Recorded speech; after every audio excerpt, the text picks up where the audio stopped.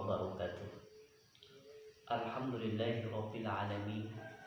Wassalatu wassalamu ala asyrafil anbiya wal mursalin sayyidina Muhammadin wa ala alihi wa sahbihi ajma'in. Rabbi shrah li sadri wa yassir li amri wahlul 'uqdatam min lisani yafqahu qawli. Amma ba'du, pemirsa budiman, para mustami'in jamaah pengajian online yang berbahagia dimanapun Anda berada. Alhamdulillah, sesuai dengan janji saya tempo dulu, setelah hatam selesai dan merampungkan pengajian kitab Sa'adatul Zawjain yang dikarang oleh guru kita Al-Hajj Kiai Haji Yasin Asmuni almarhum, yang alhamdulillah bulan kemarin beliau sudah meninggalkan kita. Mudah-mudahan karya-karya beliau bermanfaat bagi kita semuanya dan beliau senantiasa mendapatkan ma'unah dari Allah Subhanahu wa taala. Wa farallahu lahu al-Fatihah. A'udzu billahi minasyaitonir rajim. Bismillahirrahmanirrahim. Alhamdulillahirabbil alamin arrahmanir rahim maliki yaumiddin. Iyyaka na'budu wa iyyaka nasta'in ihdinas siratal mustaqim siratal ladzina an'amta 'alaihim ghairil maghdubi 'alaihim waladdallin. Amin. Jadi pengajian kitab kali ini sengaja memang saya memilih kitab Mantiq Matnul Sulam Al-Munawwarah lil 'Allamah Abdurrahman Al-Akhdari rahimahullahu ta'ala rahmatan wasi'ah, karya dari Syekh Abdurrahman Al-Akhdari, yang mana kitab ini menjelaskan tentang beberapa istighol hukum tentang simbol-simbol, tentang kalimat dan lain sebagainya. Nah, sebelum kita memasuki kepada konten yang sudah tertera dalam kitab ini, terlebih dahulu mari kita tawasul, mudah-mudahan pengajian kitab Matnul Sulamul Munawwarah ini senantiasa membahagiakan hati Rasulullah sallallahu alaihi wasallam ila hadratin Nabi Mustafa Sayyidina Muhammadin wa ala alihi wa sahbihi. Al-Fatihah. A'udzu billahi minasyaitonir rajim. Bismillahirrahmanirrahim. Alhamdulillahirabbil alamin arrahmanir rahim maliki yaumiddin. Iyyaka na'budu wa iyyaka nasta'in ihdinas siratal mustaqim siratal ladzina an'amta 'alaihim ghairil maghdubi 'alaihim waladdallin. Amin. Kita mulai. Bismillahirrahmanirrahim. Al-Muqaddimatu, pembukaan, prolog. Alhamdu, segala puji lillahi bagi Allah, alladzi azat, yang qad akhraja ay zuhara, yang benar-benar telah memperlihatkan. Siapa yang memperlihatkan? Yaitu Allah Subhanahu wa taala. Memperlihatkan kepada siapa? Nataijal fikri ay natijatan, natijah, kesimpulan konklusi dari beberapa proses berpikir. Untuk apa kegunaannya? Li arbabil hijab ay al ashab, orang-orang yang memiliki al aqlu, akal pikiran. Artinya apa? Dalam bait kali ini menjelaskan di dalamnya itu berisi tentang puji-pujian. Segala puji bagi Allah yang telah memperlihatkan kepada orang-orang yang berakal berbagai macam kesimpulan, natijah atau conclusion dari aktivitas berpikir mereka berupa ilmu pengetahuan yang bermacam-macam. Nah, kenapa? Karena al-fikru harakatun nafsi fil ma'qulat. Karena pola pikir, mindset adalah tergeraknya jiwa pada objek pikiran, ma'qulat. Dalam istilah akademiknya disebut dengan intelligible. Wa harakatuha fil mahsusati takhyil. Tergeraknya jiwa pada objek panca indera atau mahsusat, atau di dalam ilmu sains itu disebut dengan sensible, disebut dengan takhyil, berhayal atau berimajinasi. Jadi pola pikir, mindset, fikrah itu adalah pergerakan jiwa pada objek hissiyah yang bisa dipanca indera. Nah, jiwa yang bergerak pada objek itu terhadap mahsusat atau sensibel itu disebut at-takhyil, berhayal atau berimajinasi. Makanya saya sebelum melangkah pada suatu hal yang sangat tinggi, itu biasanya saya itu melakukan proses awal, yaitu berimajinasi terlebih dahulu, membayangkan sesuatu bahwa suatu saat objek itu kita raih, kita bertahayul, kita berhayal bahwa objek yang kita tuju suatu saat akan kita dapatkan.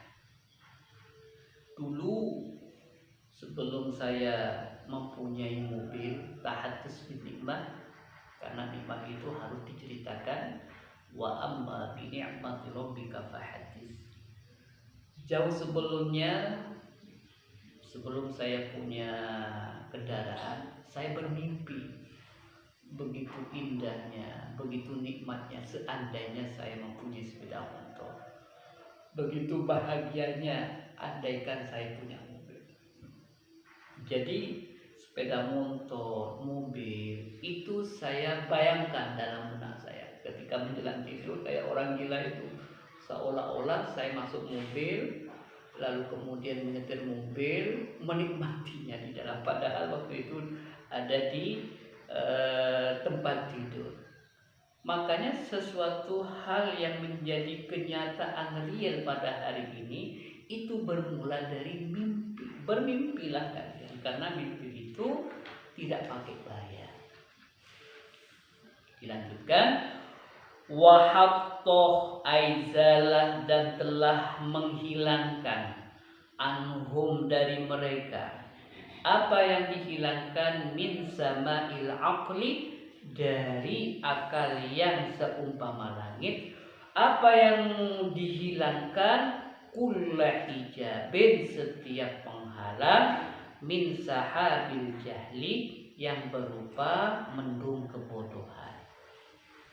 Nah, Allah telah menghilangkan dari akal mereka yang begitu besar, saking besarnya diibaratkan, dianalogikan seperti langit oleh Allah Subhanahu wa taala. Tempat terbitnya itu setiap makna, setiap penghalang berupa kebodohan yang serupa mendung. Artinya akal yang dianugerahkan oleh Allah Subhanahu wa taala kepada kita, intelijensi kita yang sudah diberikan kepada kita oleh Allah Subhanahu wa taala, itu mampu menyingkap habis terhadap mendung-mendung kebodohan. Makanya oleh sebab itu jangan sampai pikiran kita itu nganggur. Jangan sampai otak kita itu nganggur. Usahakan pikiran kita itu kita hidupkan kembali, kita simulasi agar kita tidak stagnan. Sepeda motor kalau misalkan lama tidak terpakai, itu mesinnya dingin sekali. Di starter itu sampai di apa namanya ditekan sampai dikerasin baru hidup. Begitu juga otak, pikiran kita. Jadi harus diaktifasi terus menerus, harus diaktualisasikan terus menerus. Kalau tidak, maka pikiran kita, otak kita, kecerdasan kita itu akan lumpuh. Hatta badat ay zaharat, sehingga tampak, sehingga jelas. Kepada siapa? Lahum, bagi mereka. Apa yang nampak kepada mereka itu? Sumulul ma'rifah, matahari pengetahuan. Ro'au, mereka melihat. Muhaddaratiha, hal-hal yang tersembunyi dalam pengetahuan itu. Mungkasyifah, menjadi tersingkap. Sehingga bagi mereka ilmu pengetahuan tampak terang benderang seperti matahari, dan mereka melihat pengetahuan-pengetahuan lain yang masih tersembunyi tersingkap dengan jelas. Artinya semakin kita itu mengeksplorasi kemampuan kita, semakin kita itu menggali ilmu kita, maka ada ilmu-ilmu lain yang tercecer atau yang tersembunyi juga akan tereksplorasi ke permukaan. Makanya fauqa zu ilmin ali, di atasnya orang yang berilmu itu pasti ada orang yang paling alim, orang yang paling banyak ilmunya. Makanya semakin kita itu mencari ilmu, maka kita semakin bodoh. Sama halnya kita dianalogikan ketika kita berlayar ke samudra lepas. Awal-awal ketika kita beranjak dari tepi pantai, itu seolah-olah laut itu sempit. Tetapi ketika semakin ke tengah, lalu kemudian pantai yang menjadi kaki kita berpijak itu semakin tidak kelihatan di pandangan, maka baru kita tahu bahwa laut itu luas sekali. Sama seperti itu, semakin kita belajar terus belajar, maka kita sebagai manusia semakin bodoh. Ternyata Tuhan itu meneteskan ilmu kepada kita itu hanya setitik saja, setitik saja. Nahmaduhu, kami memujinya Allah Jalla yang maha mulia, alal in'ami, atas nikmat yang Allah berikan, binikmatil iman, berupa nikmat iman, wal Islam, dan nikmat Islam. Artinya kita memuji kepada Allah Subhanahu wa ta'ala yang maha mulia, yang sudah senantiasa memberikan nikmat kita berupa iman dan Islam kepada kita semuanya. Artinya nikmat yang paling agung, nikmat yang paling besar itu adalah nikmat iman kepada Allah Subhanahu wa ta'ala. Nikmat yang paling besar ketika kita mati membawa Islam, yaitu ad-dinul Islam. Makanya banyak para ulama menangis khawatir ketika detik-detik ajalnya itu tidak membawa nikmat ini, yaitu nikmat iman dan nikmat Islam.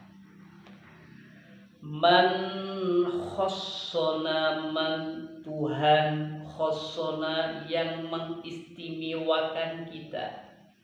Man Tuhan khossona, yang mengistimewakan kita.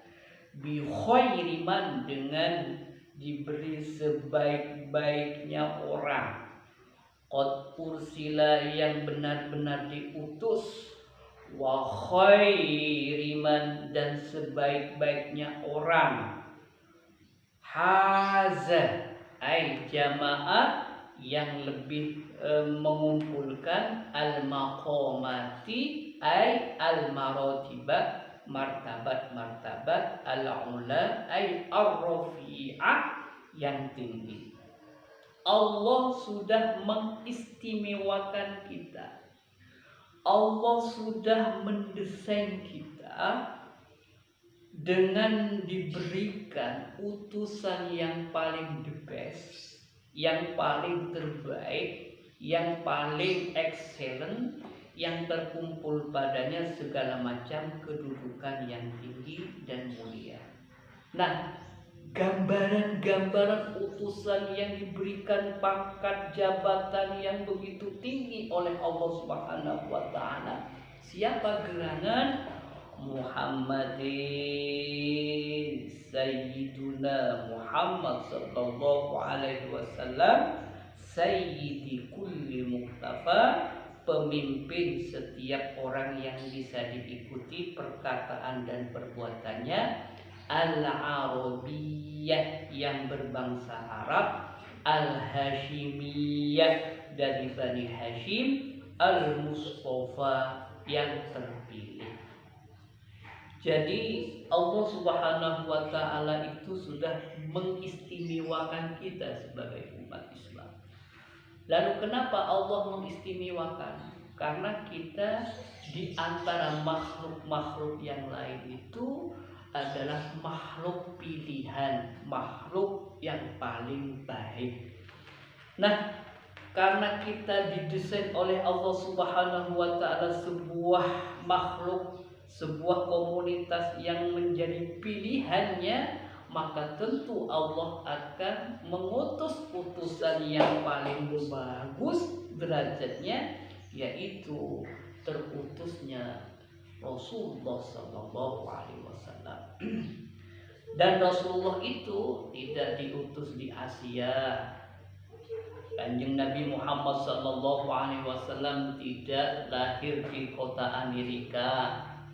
Kanjeng Nabi Muhammad itu tidak lahir di Ethiopia.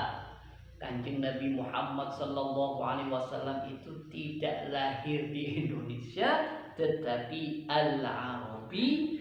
Rasulullah Sallallahu Alaihi Wasallam dilahirkan di kota Mekah, Saudi Arabia, dan al-Hashimi masih keturunan dari Bani Hashim, al-Mustafa yang menjadi pilihan-pilihan Allah Subhanahu wa taala.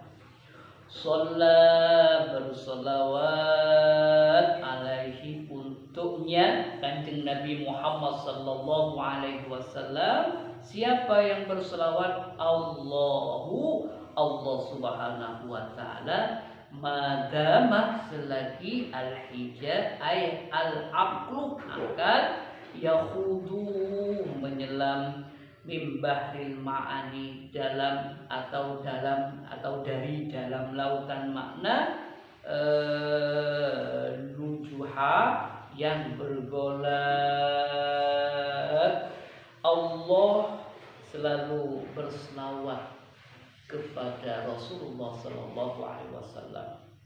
Kenapa?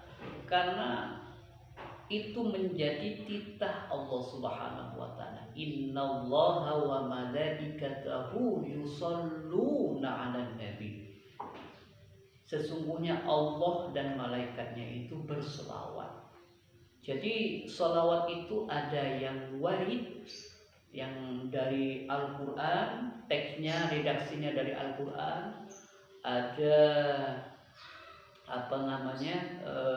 selawat, teksnya, redaksinya dari Al-Hadis, misalkan seperti selawat Ibrahimi, Allahumma sholli ala Sayyidina Muhammad wa ala ali Sayyidina Muhammad kama shallaita ala Sayyidina Ibrahim wa ala ali Sayyidina Ibrahim fil alamin rabbana innaka Hamidum Majid.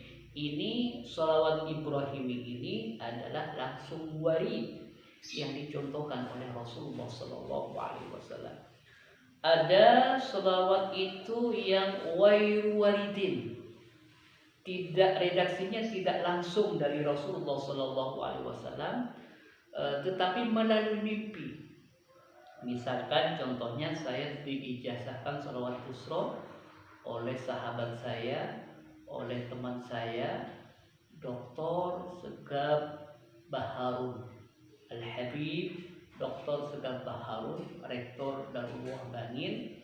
Beliau mengijazahkan sholawat busro. Beliau menyampaikan, Ustaz, ini anak ijazahkan sholawat anak dari jaddi, yaitu Rasulullah SAW fil manam, melalui mimpi. Sholawat busronya, Allahumma sholli ala sayyidina Muhammadin sahibil busra salatan tubashiruna biha wa ahlana wa auladana wa masyaina wa mu'alimina wa talabatana wa talibatina min yaumina hadha ila yaumil akhirah. Ini adalah sholawat redaksinya memang dari Rasul, tetapi tidak melalui hissi, tetapi melalui al-manam, melalui mimpi. Wa alihi, dan untuk keluarganya, wa sahbihi, dan para sahabatnya, zawil huda ay ashabul huda, orang yang mendapatkan dan memiliki petunjuk, man, yaitu orang-orang, syubbihu, yang serupa, bianjumin, dengan bintang-bintang di langit, fil ihtida, dalam hal bisa diambil sebagai petunjuk jalan. Dan semoga Allah Subhanahu wa ta'ala itu berselawat untuk keluarganya. Siapa keluarga Rasulullah? Rasulullah, kemudian Khadijatul Kubra, Fatimatul Zahra, Ali bin Abi Thalib, kemudian keluarga-keluarga yang lain, itu termasuk ahlul bait. Yudhiru ahlul bait, yudhiba amurisa ahlul bait, ahlul bait keluarga Rasulullah. Karena kita itu dianjurkan untuk senantiasa berselawat kepada Rasulullah dan keluarganya. Bahkan kita dianjurkan mendidik anak kita itu supaya mencintai Rasulullah dan keluarganya. Adibu auladakum salasatu khisalin. Didiklah anak-anak kalian itu 3 hal penting. Yang pertama adalah hubbi nabiyikum, cinta kepada Rasulullah SAW, wa hubbi ahli baitihi, cinta kepada keluarga besarnya, dan wa hubbi qiraatil Quran, gemar membaca Al-Quran. Lalu kemudian tidak hanya keluarganya saja, wa sahbihi, dan sahabat-sahabatnya. Karena Islam itu menjadi besar karena perjuangan Rasulullah SAW dengan keluarga berikut sahabatnya, kolektif kolegial. Lalu kemudian dawil huda, al-ashab al-huda, yang mendapatkan dan memiliki petunjuk, yaitu sahabat-sahabat yang mendapatkan petunjuk. Karena ada sahabat-sahabat yang tidak mempunyai petunjuk, tidak mempunyai hidayah dari Allah, itu ada. Makanya tidak semua orang-orang yang bersama dengan Rasulullah itu iman kepada Rasulullah SAW. Ada sekelompok orang, ada sebuah komunitas, yang mana komunitas kelompok ini lahir saat lahirnya Rasulullah, tetapi tidak beriman kepada Rasulullah SAW. Siapa itu? Abu Jahal dan kroni-kroninya, Abu Lahab dan kroni-kroninya. Jadi yang kita tekankan untuk berselawat itu hanya kepada Rasulullah, keluarganya, sahabatnya yang menerima Islam, yang menerima iman dari Allah Subhanahu wa ta'ala. Wa ba'du, dan adapun sesudah membaca hamdalah dan selawat. Wa ba'du, adapun sesudah membaca hamdalah dan selawat, fal mantiku, maka ketahuilah bahwa ilmu mantik itu lil janani bi fathil jim, tidak dibaca lil jinani, tapi bi fathil jim, ai al qalbah wal aqlah, bagi hati dan pikiran. Nisbatuhu posisinya kan nujumis seperti ilmu nahu lilisani bagi lisan atau ucapan. Jadi ilmu mantik, ilmu logika yang kita pelajari saat ini bagi hati dan pikiran, yaitu hati dan pikiran posisinya itu seperti nahu bagi lisan. Jadi makanya untuk bisa baca kitab gundul itu perlu gramatika Arab. Itu kitab nahu, bagaimana bisa dibaca rofa, bagaimana bisa dibaca nasab, bagaimana dibaca jer. Itu tugasnya ilmu nahu, gramatika Arab.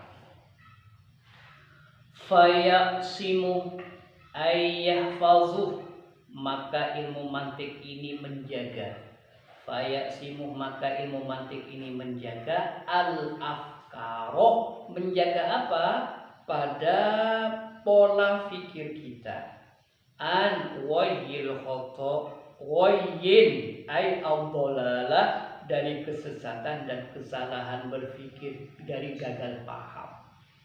Wa an daqiqil fahmi, dan dari pengertian-pengertian yang lembut, yang samar, yang rumit.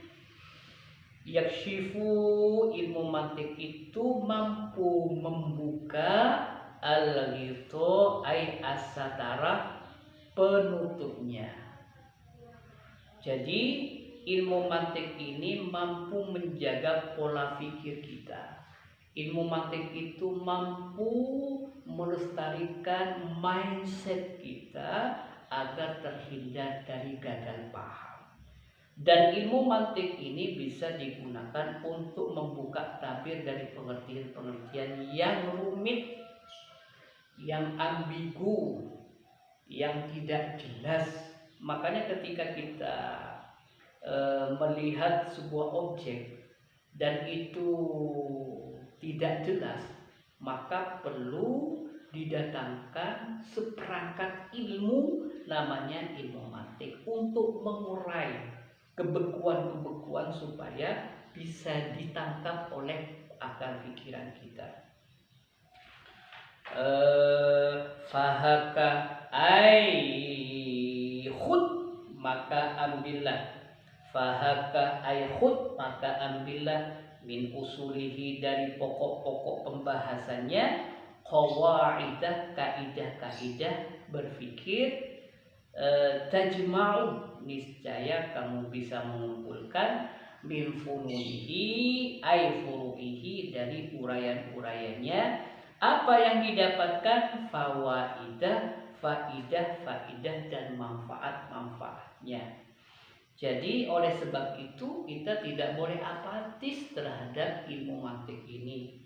Maka ketika ada pengajian-pengajian mantik misalkan, segera bergegas ambillah kaidah-kaidah pokok ilmu mantik ini, niscaya kalian akan mendapatkan manfaat-manfaat yang cukup besar dari uraian pembahasan-pembahasan yang ada dalam kitab ini. Makanya tidak banyak orang yang belajar ilmu mantik, hanya sebagian saja. Oleh sebab itu, mari kita bersama-sama belajar untuk mengolah pola pikir kita agar senantiasa tidak mudah sesat dalam cara menjustis orang lain. Kita senantiasa belajar ilmu mantik agar tidak gagal paham membaca dan merespon tulisan-tulisan orang lain yang ada di media sosial, karena ada frase-frasenya itu, sehingga kita tidak mudah mengambil kesimpulan, tidak mudah menjustis tulisan orang lain, karena ada kaidahnya itu. Untuk mengambil sebuah kesimpulan tulisan orang lain itu ada ilmunya. Nah, ilmu di sini terangkum dalam kitab Al-Mantiq Sulamul Munawwarah ini. Samaituhu, saya memberi nama kitab ini Bisullamil munawwaraki, dengan nama Sulamul Munawwarah. Tujuannya apa? Yuruko, agar bisa didaki, dinaiki, dipahami bihi, dengan kitab ini. Apa itu yang bisa didaki, yang bisa dinaiki itu? Sama'u ilmil mantiki, ilmu mantik sampai setinggi langit. Artinya, kata Syekh Abdurrahman Al-Akhdari rahimahullahu ta'ala rahmatan wasi'ah, kitab ini saya beri nama Sulam Al-Munawwarah. Nah, kenapa saya beri Sulamul Munawwarah ini? Ini adalah sebagai tangga agar bisa digunakan untuk mendaki ilmu mantik setinggi-tingginya. Ini kitab ini adalah kitab pemula. Nanti setelah hatam ada kelanjutannya. Wallahu, hanya kepada Allah. Wallaha, hanya kepada Allah arju, aku berharap. Ayyakuna, agar dalam menulis kitab ini kholison, bisa ikhlas, tulus, liwajhihi, karena untuk dia saja, al-karimi, yang maha mulia, laisa kholiso, ay an-naqiso, tidak kurang sedikit pun. Jadi hanya kepada Allah saya beriktimat, hanya kepada Allah saya menyandarkan diri, hanya kepada Allah arju, saya berharap, ayyakuna kholisan, agar penulisan kitab ini betul-betul saya tulus, betul-betul saya ikhlas, liwajhil karim, semata-mata ingin mendapatkan ridho dari Allah Subhanahu wa taala.